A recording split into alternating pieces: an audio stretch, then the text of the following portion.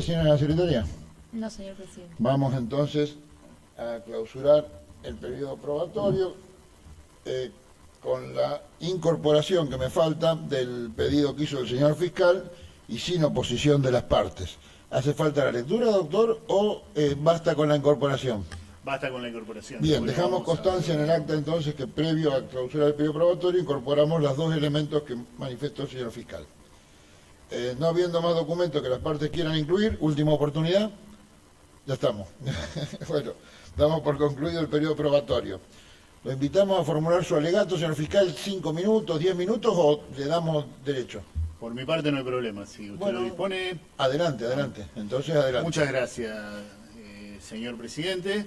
En primer lugar, si me permite usted y el excelentísimo tribunal, vamos a hacer una mención a una cuestión institucional del Ministerio Público Fiscal que va en relación a las disposiciones que ha tomado el señor Procurador General de la Nación respecto al refuerzo de la Fiscalía de Primera Instancia, y nos acompaña el doctor Alberdi, que ha participado de la instrucción de la causa, y esto va en línea de una política del Ministerio Público Fiscal de unificar las diferentes instancias que se transitan en los momentos procesales que prevé el Código Procesal Penal de la Nación respecto a la aplicación del sistema acusatorio. Lo quiero resaltar porque es la primera oportunidad en que estamos llevando adelante un temperamento en este sentido. Ahora ya pasando al artículo 393 del Código Procesal Penal de la Nación, uno venía con un discurso señalando de que el hallazgo parecía no presentar ninguna arista que pudiese ser discutido, atento a la contundencia y coherencia que tuvieron los testigos civiles cuando relataron lo que tuvieron oportunidad de ver al ser convocados como testigos por la fuerza policial, y en ese sentido no resultaba en tela de juicio y por ende resultaba cierto los hallazgos en los tiempos, en las condiciones de modo, tiempo y lugar que reflejaban las respectivas actas policiales. Iba a decir que me reservaba para una eventual réplica ante contestar una eventual planteo de la defensa en este punto. Ahora la señora Altamirano me ha facilitado muchísimo más esta cuestión porque tácitamente, al desincriminar en su discurso al señor Andino, está admitiendo que los hechos han sucedido y han sucedido de la manera que en un primer momento el discurso policial lo señaló, con posterioridad que fuera este discurso recogido por el sistema institucional de persecución penal del Ministerio Público Fiscal y el Poder Judicial de la Nación, y finalmente sometido al contradictorio pleno en esta sala de audiencia. Entonces, en ese sentido, los hallazgos en el allanamiento llevado adelante en el mes de diciembre del año 21 en el domicilio de Dinamarca 555B, bis, departamento 3 de la ciudad de Rosario, los hallazgos no están en tela de juicio. Hay una primera cuestión, más allá de esto, a la que tenemos que referirnos y que el personal policial no lo explicitó de manera bastante clara. Aquí tenemos delitos de competencia federal y delitos de competencia ordinaria. Y analizando los antecedentes de esta causa, los juicios abreviados que han sido aceptados también en la instancia ordinaria y los juicios ordinarios que han sido llevados adelante en la instancia provincial y la imputación que tenemos aquí, vemos que además de delitos llevados adelante, delitos de competencia provincial y de competencia federal, tenemos instancias asociativas para cometer esos delitos, ¿no? Porque acá tenemos una imputación en los términos del artículo 11, inciso C de la ley 23737, y en la provincia se han imputado asociaciones ilícitas, ¿no? Bueno, esta es una situación bastante similar que se viene sucediendo, que hemos tenido oportunidad de referirnos a ello y de vivenciarla en distintas causas, y tanto la Procuración General de la Nación como el Ministerio Público de la acusación han observado este tema, que hay un entrecruzamiento de competencias, que las fronteras tradicionales, y podemos decir bastante estrictas, compartimentos estancos que separaban las competencias, la realidad de la criminalidad compleja en la ciudad de Rosario está mostrando que esas fronteras son una gran franja de Gaza y que muchas veces se confunden las unas con las otras, ¿no? Por eso hay lo que se llaman los ESI, equipos conjuntos de investigación, que generan causas en dos instancias. Claro, aquí hay varios planteos posibles al respecto que pueden llegar a interponerse en la teoría del caso de este ministerio, acusatoria por supuesto, de este Ministerio Público Fiscal, ¿no? Algún planteo sobre la competencia que alguien podría señalar, porque después de todo, como hay delitos ordinarios involucrados y también delitos federales, que lo comete el mismo grupo de personas, ¿por qué todo no se juzgó en la instancia federal? Y también, ante dos condenas paralelas, si no estamos ante una demasía, porque se valoran paralelamente circunstancias que en realidad tienen al menos un mismo origen, y eso no choca contra una doble valoración prohibida constitucionalmente. Sobre todas estas cuestiones, repito, hemos tenido la oportunidad de referirnos, por ejemplo, en la causa Ungaro, que cuanto menos hay una verosimilitud y probabilidad por parte de la instancia ordinaria de sostener que los delitos de competencia ordinaria son de competencia provincial.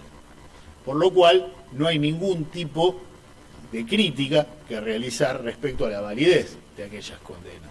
Y en segundo lugar, aquí, si hay una demasía o no respecto a una doble valoración de las instancias asociativas, eso se hará oportunamente cuando estas condenas sean definitivamente unificadas. Acá vamos a tener la particularidad de que instancias asociativas en algunos casos se van a encontrar firmes de la instancia provincial, porque hay personas, como por ejemplo el señor Andino, que ha firmado un juicio abreviado. Eso está firme, y entonces aquí sí nosotros vamos a tener que tener un cuidado estricto para no valorar probatoriamente dos veces la misma circunstancia. Pero, por ejemplo, respecto al señor Brandon Bay, que tiene sentencias que no han quedado firmes, en ese caso nosotros no vamos a poder valorar, no se va a poder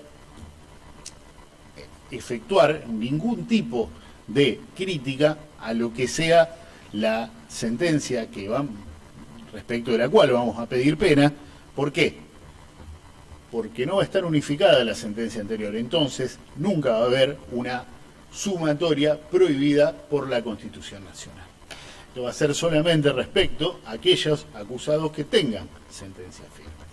Bueno, a veces es interesante, más allá de que el sistema acusatorio y un principio democrático de publicidad de los actos de gobierno nos impone que se publicite la mayor parte, al menos, de la prueba en un juicio oral y público. También le sirve mucho a la acusación porque no tenemos que argumentar demasiado en el sentido de repetir cuáles son las pruebas de las que nos vamos a valer. Simplemente tenemos que hacer una valoración crítica, una conceptualización, que por supuesto podrá ser atacada por la defensa, pero ya hemos visto, hemos escuchado, mejor dicho, a lo que se referían los acusados cuando cometían estos delitos, porque esto es importante, siempre resaltarlo, nunca está de más, ¿no? Acá no escuchamos el discurso de los acusados. Si entendemos discurso como una visión sobre acontecimientos pasados. El discurso del acusado es el discurso de la señora Erika Elena Altamirano. Ese es un discurso, porque habla sobre hechos que sucedieron. Lo que escuchamos no es el discurso, son ellos cometiendo el delito, llevando adelante un hecho. No es una valoración, una explicación sobre lo que cometieron. Son ellos cometiendo el delito.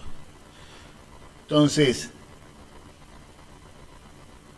en un punto huelgan las explicaciones. Lo que queda es una conceptualización, que se trata de Erika Elena Altamirano y de Brandon Bay, los interlocutores.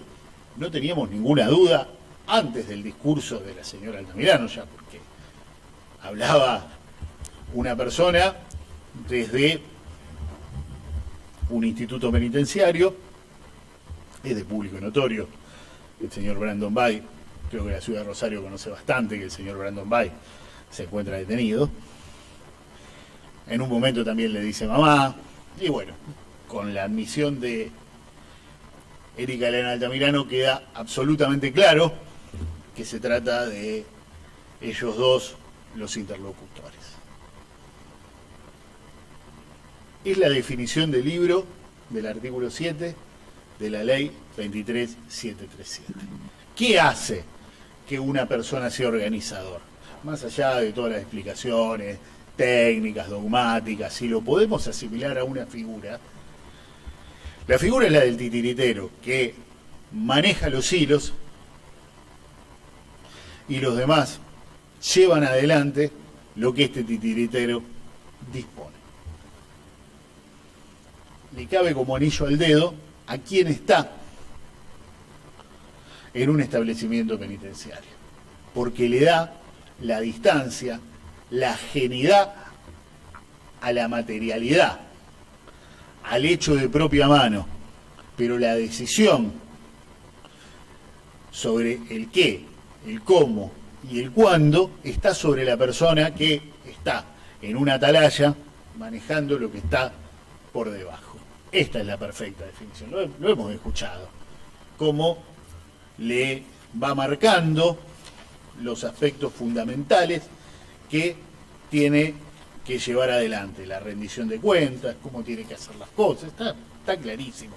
El qué, el cómo y el cuándo lo decide Brandon Bay.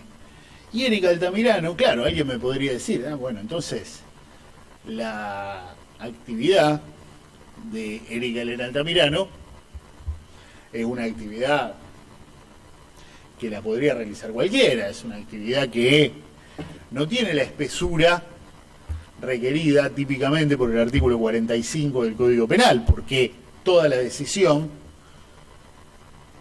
es de Brandon Bay, el autor es Brandon Bay, no, Brandon Bay es el autor de la organización. ¿Y por qué no es secundaria la actividad de Erika Elena Altamirano? Porque está extramuros ella, básicamente. Y además de eso, tiene una característica personal e intransferible que no tiene otra persona.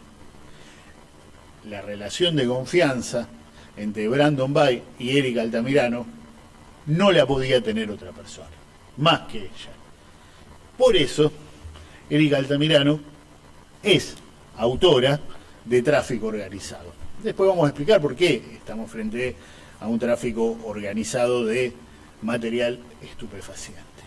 Analizando ahora el discurso de la señora Altamirano, que quiere deslindar a su pareja, a Ricardo Daniel Andino. Alguien podría señalar que siempre hemos escuchado a dos interlocutores nada más, no a más. Solamente a dos interlocutores. No están como interlocutores ni Ricardo Daniel Andino ni Sebastián Rodrigo Núñez. Y tampoco parecen estar nombrados. Podemos decir que cuando ella habla de mi marido, podemos afirmar, y la puedo conceder, que no sabemos qué hicieron después, si realmente hizo eso que ella le iba a encargar, si lo llevó adelante o no, o en realidad se trata del marido de la chica a la cual se referían en la conversación con Brandler. Bien.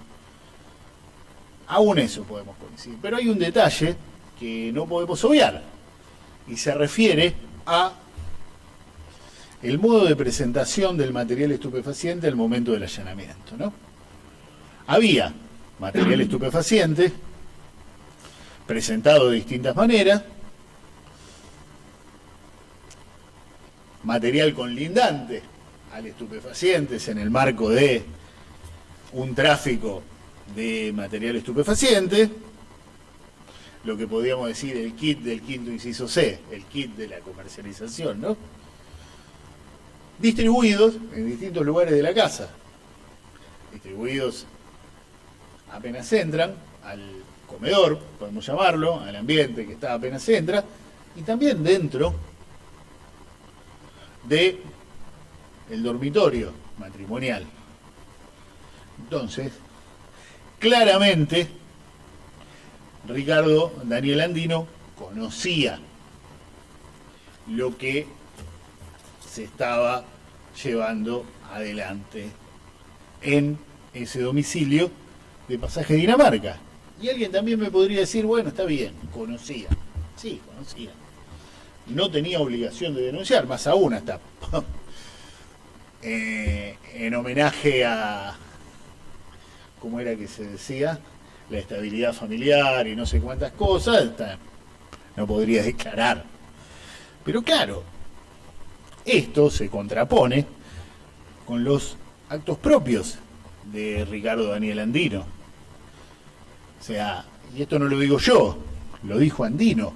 Andino dijo que formó parte de una instancia asociativa con las mismas personas que están acusadas en esta causa, que se repiten, que se entrecruzan.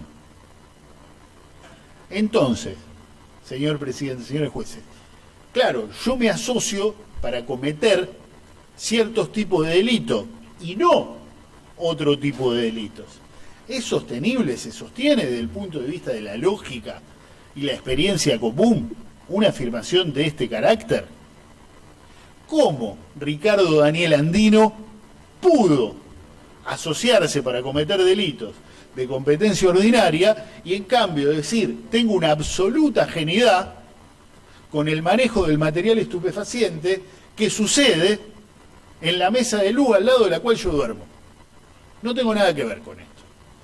Pongo un compartimento estanco con esto. Claramente, este acerto no se sostiene, no es sostenible, más allá de la calificación jurídico-penal que merezca a este Ministerio Público Fiscal en relación al planteo general que habíamos hecho respecto a lo que puede ser una multiplicación arbitraria de fundamentos y de hechos, porque estamos frente, y ya lo estoy diciendo, frente a una misma instancia asociativa.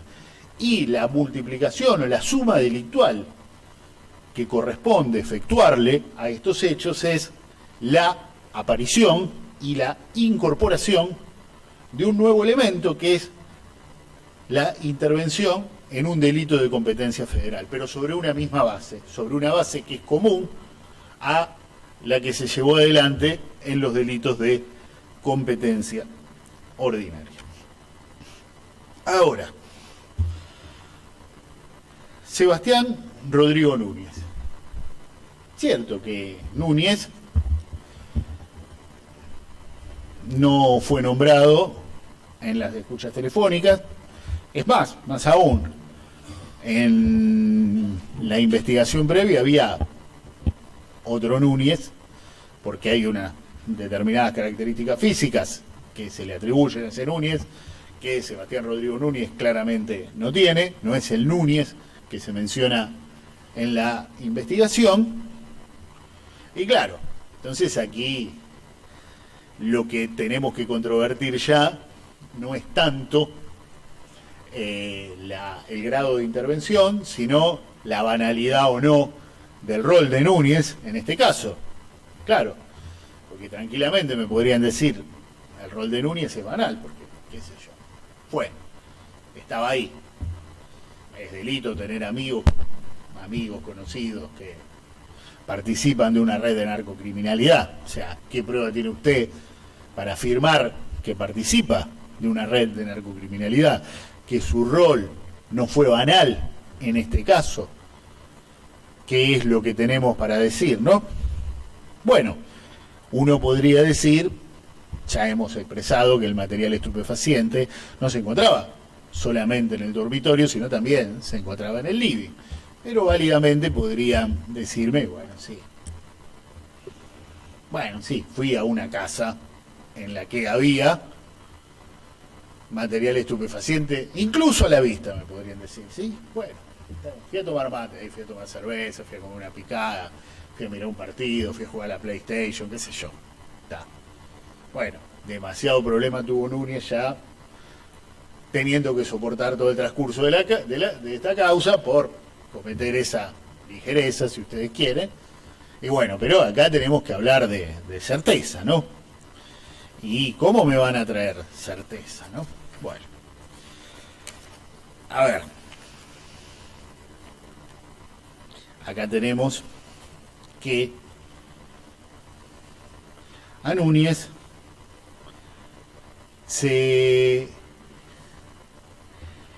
en el FRO 19.608 de 21, el Juzgado Federal 4 le endilgó traficar con estupefaciente teniendo con fines de comercialización 149 envoltorios conteniendo cocaína con un peso total aproximado de 55 gramos, 59 envoltorios resguardando marihuana con un peso total aproximado de 132 gramos, 2 plantas de cannabis, 5 pastillas de clonazepam, todo en un procedimiento llevado adelante por la PAT de la Agencia de Investigación Criminal de la Policía de la Provincia de Santa Fe. Tengamos en cuenta este detalle. En calle Silvestre Begnis, a la altura del 300 de San Lorenzo, el día 26 de octubre del año 21 a las 17:10 horas, y las demás circunstancias de modo, tiempo y lugar descritas en el acta de procedimiento incorporada en el acta. ¿Por qué? Después, bueno, Núñez señala que consume, que tenía todo ese material porque consumía. Explicación que obviamente no se sostiene, pero hablamos, ¿por qué hablo de la calle Silvestre Begnis a la altura del 300 de San Lorenzo? No hablo de Silvestre Begnis porque era el gobernador de la provincia de Santa Fe del 73 al 76, no, porque esto es en San Lorenzo. Y le preguntamos al investigador, ¿dónde tenía desarrollo territorial este grupo de personas? 26 de octubre del 21, me dice San Sebastián, San Lorenzo. Entonces acá, señor presidente, señores jueces, vemos que nos estamos alejando bastante de la banalidad. Que todo esto resulta coherente con una intervención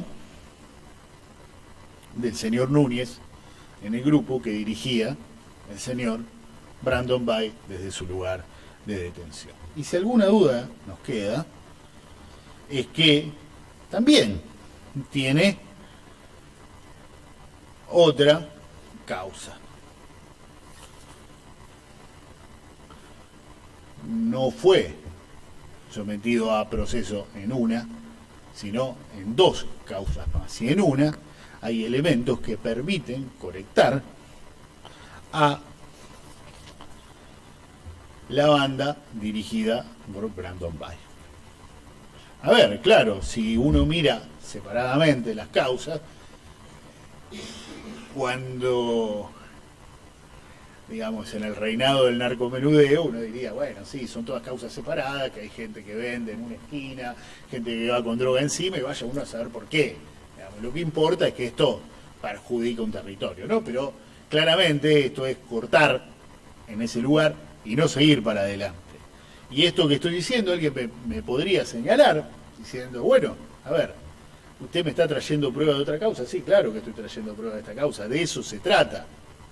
Y de esto me hago cargo, que estoy trayendo prueba de otra causa. Porque cuando estas causas lleguen a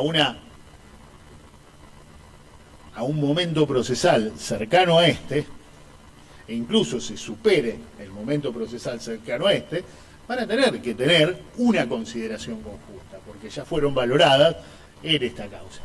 Porque si en aquella causa no se dijo que esto era en el marco de la banda de Brandon Bay, se va a decir en esta causa y se va a unificar, en definitiva, va a haber que unificar las condenas y va a haber que hacer un mecanismo de compensación composicional en atención a que instancias asociativas que son predicables en ambas causas se están utilizando como fundamento de condena y eso requiere necesariamente de la utilización del método composicional para precisamente evitar alguna demasía fáctica o de fundamentos que resulte prohibida por la prohibición de doble valoración probatoria.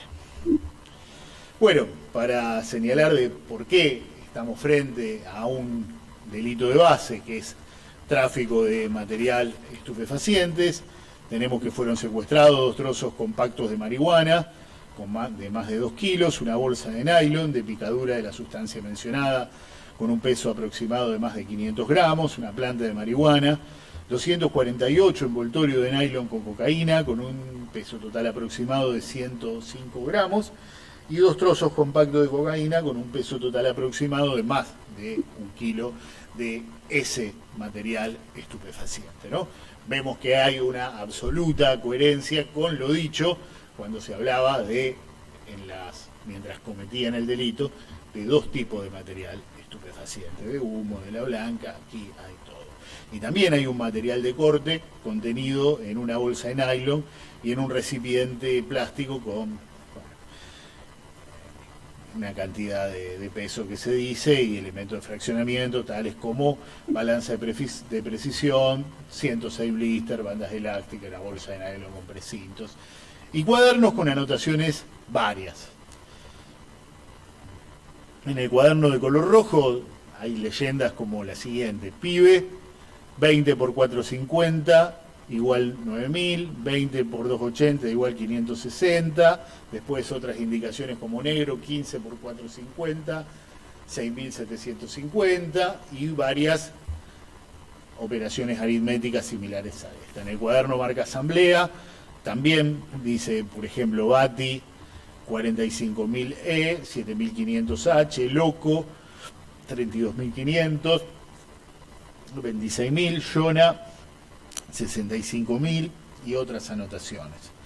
En la libreta de color verde y negra con anotaciones dice 11.000, un cuarto cigarro, 65.100 gramos, 200 gramos, 260.000, 599.500, después dice cigarrillo, 65.000, blanco, 260.000, pura, 77.000 total, Yona y varias referencias similares, ¿no?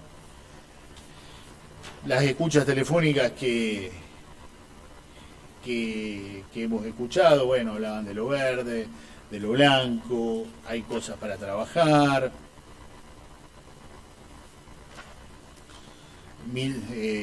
habla de 1000 de pucho, 1000 del otro. También hablan aquí de San Lorenzo, hablan de bueno, que habían tumbado a todos en San Lorenzo. Bien.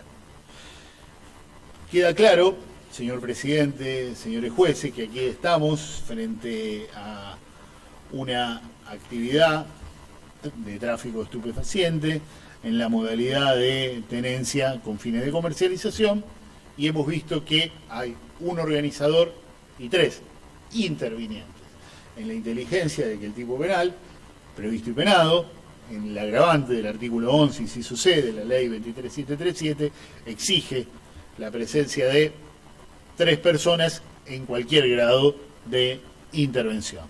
Lo que exige son intervinientes, no partícipes principales, autores, instigadores o partícipes secundarios. Simplemente exige, como es jurisprudencia pacífica, intervinientes. Ya hemos señalado que la actividad llevada adelante por el señor Brandon Bay se ajusta a las previsiones del artículo 7 de la ley 23737.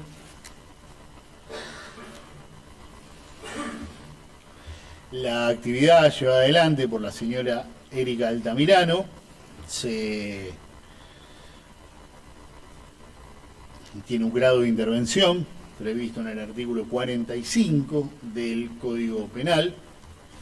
Señor Ricardo Daniel Andino, asumimos que puede plantearse un interrogante que no podemos superar, que por ende es una duda respecto al grado de intervención que tiene el mismo en los hechos, y por eso vamos a considerar que participa en los términos del artículo 46 del Código, artículo 46 del Código Penal, y el señor Sebastián Rodrigo Núñez también le vamos a adjudicar el mismo grado de participación.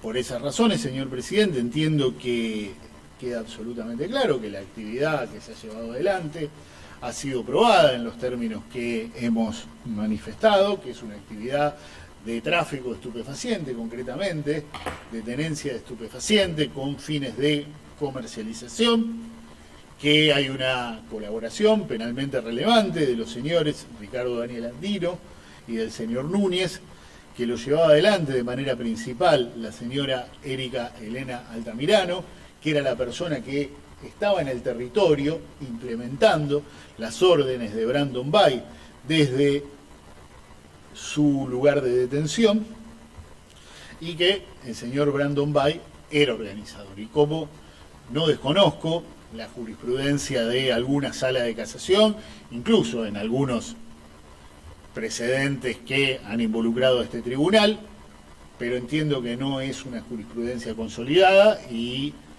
por esas razones vamos a postular, como lo venimos haciendo, que la pena mínima del delito previsto y penado en el artículo 7 de la ley 23737 es una pena de 12 años de prisión, porque los 8 años resultan agravados por el artículo 11, inciso 6, y ello no constituye una doble valoración prohibida por el dispositivo legal, ¿no? Acá hay una cuestión también, señor presidente, que pone en tela de juicio a todo el sistema. No es la primera vez que nos encontramos con actividades delictivas llevadas adelante desde unidades penitenciarias. ¿Por qué digo que pone en tela de juicio a todo el sistema? Porque si tomamos el dispositivo conceptual del funcionalismo, la pena es un mensaje a la sociedad. Frente al mensaje del delito está el mensaje de la pena, independientemente de qué cariz, qué adjetivo pueda tener ese mensaje. Bueno, acá los mensajes no llegan, es el mensaje cambiado, es que la pena no importa, que la pena simplemente es un modo diferente de cometer el delito, pero los delitos se siguen cometiendo, ¿no? Y esto pone en tela de juicio el sistema mismo, ¿no? Porque ¿para qué sirve el sistema? ¿Para qué el sistema penal condena a personas si esas personas siguen cometiendo delitos desde su lugar de detención, ¿no? Y fuertemente se pone en tela de juicio, y suele decirse que las penas tienen que cumplirse todas de la misma manera porque las leyes penitenciarias no discriminan, y eso es parcialmente cierto, porque el Código Procesal Penal Federal incluye puntos específicos en su legislación al respecto.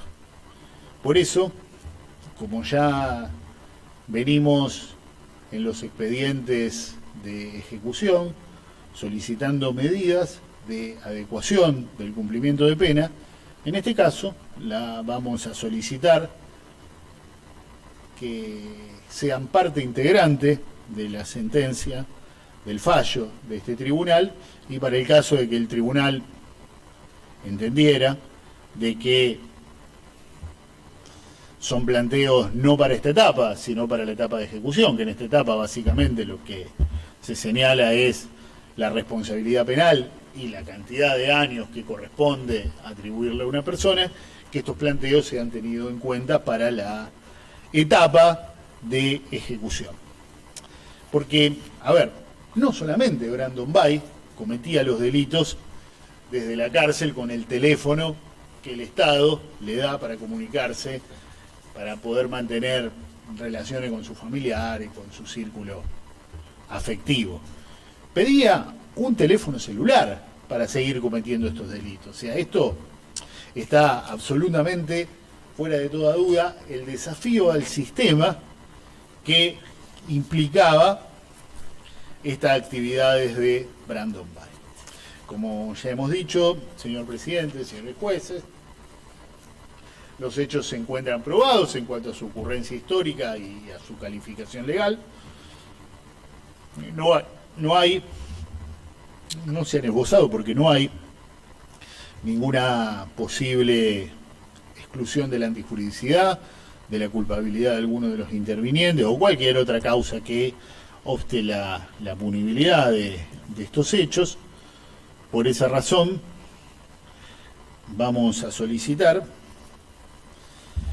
como acusación que el señor Brandon Gabriel Bay sea condenado como organizador del delito de tráfico de estupefaciente en la modalidad de tenencia con fines de comercialización, agravado por la intervención de 3 o más personas de forma organizada, artículo 7, quinto inciso 6, artículo 11, inciso C de la ley 23737, la pena de 12 años de prisión, multa de 300 unidades fijas, accesorias legales y costa. En este caso yo no me aparto de lo que he señalado que es el mínimo, y esto no resulta contradictorio con lo que he señalado respecto a que este delito es cometido desde una unidad penitenciaria, porque voy a solicitar al respecto medidas específicas.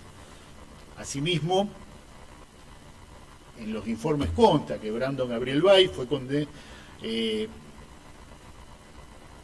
ha suscrito un acuerdo de juicio abreviado ante el Tribunal Oral en lo Criminal Federal número 2 de esta ciudad en el marco del FRO 9261/2020, cuya sentencia aún no ha sido pronunciada, razón por la cual solicito se difiera el tratamiento de la unificación hasta tanto el TOF 2 de Rosario se pronuncie al respecto y la sentencia adquiera autoridad de cosa juzgada. Vamos a solicitar medidas que estimamos que sería conducente respecto a la ejecución penitenciaria de Brandon Bay, que se ordene su alojamiento en un sector de los complejos penitenciarios en lo que pueda controlarse que no tenga contacto con otros internos que se encuentren detenidos por delitos relacionados con la ley 23737 o el crimen organizado. Se disponga un control estricto de las comunicaciones telefónicas que pueda mantener a través del teléfono de línea fija de acceso público de los internos, mediante el cual, garantizándose la privacidad de las conversaciones, se pueda conocer quiénes son los abonados telefónicos con los cuales mantiene contacto, las personas con las que se comunica, estableciéndose un horario y tiempo de establecimiento de llamada razonable, esto conforme al artículo 58 y concordante de la ley 24660. Básicamente, como el régimen de visitas físicas tiene una reglamentación, vamos a solicitar que Brandon Bay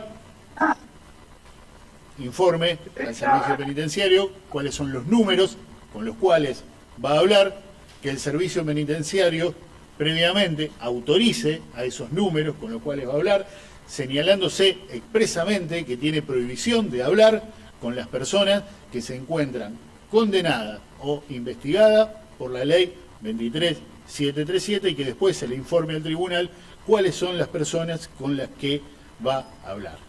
En forma aleatoria y cada 15 días se realiza una requisa, dentro del rango de 15 días se realiza una requisa en su lugar de alojamiento al efecto de constatar que el mismo no posea ningún dispositivo de comunicación móvil, que se dé esto yo no sé si decirlo o no porque está en la ley, pero que se dé estricto cumplimiento a la prohibición de comunicaciones telefónicas a través de equipos o terminales móviles dentro de los establecimientos penitenciarios, conforme al artículo 160, segundo párrafo de la ley 24660, y se restrinjan las visitas que pueda recibir en la unidad de detención a los efectos de que no pueda entrevistarse con personas que no resulten directamente de su vínculo familiar o de su defensa. En este sentido, deben tenerse en cuenta las previsiones del inciso F del artículo 210 del Código Procesal Penal Federal, en cuanto establece la posibilidad de prohibir la comunicación con determinadas personas, en tanto y cuanto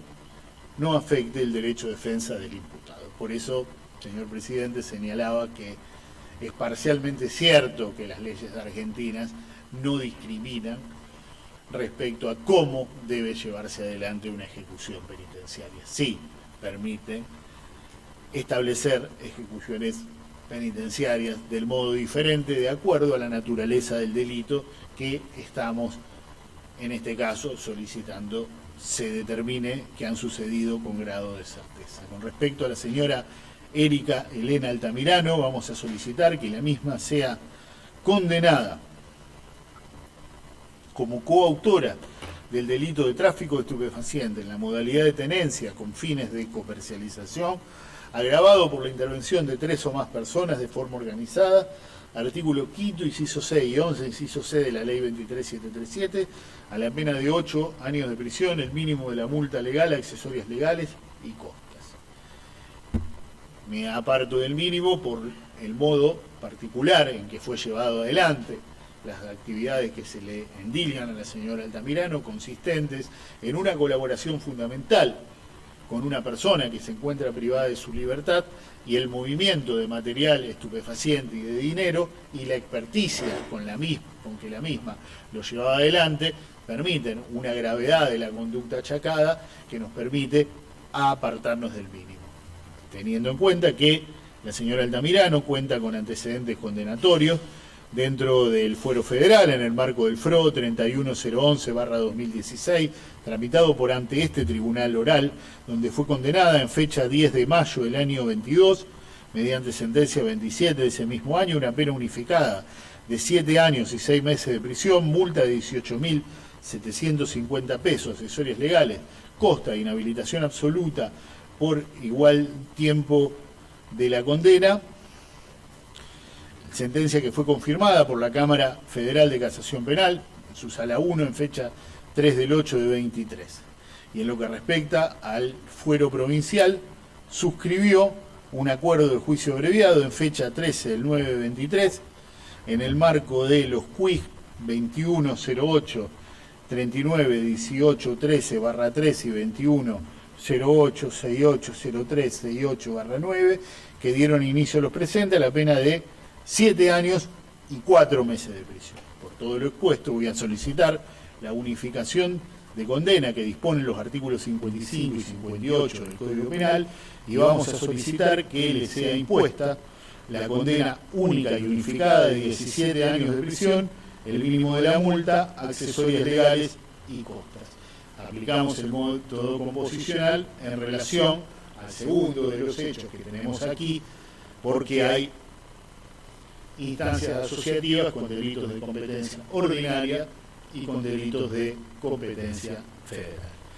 En relación al señor Ricardo Daniel Andino, vamos a solicitar que él mismo sea condenado como partícipe secundario del delito de tráfico de estupefacientes en la modalidad de tenencia con fines de comercialización agravada por la intervención de 3 o más personas de forma organizada, artículo 5, inciso C, y artículo 11, inciso C de la ley 23737, a la pena de 4 años de prisión, el mínimo de la multa legal, accesorias legales y costas.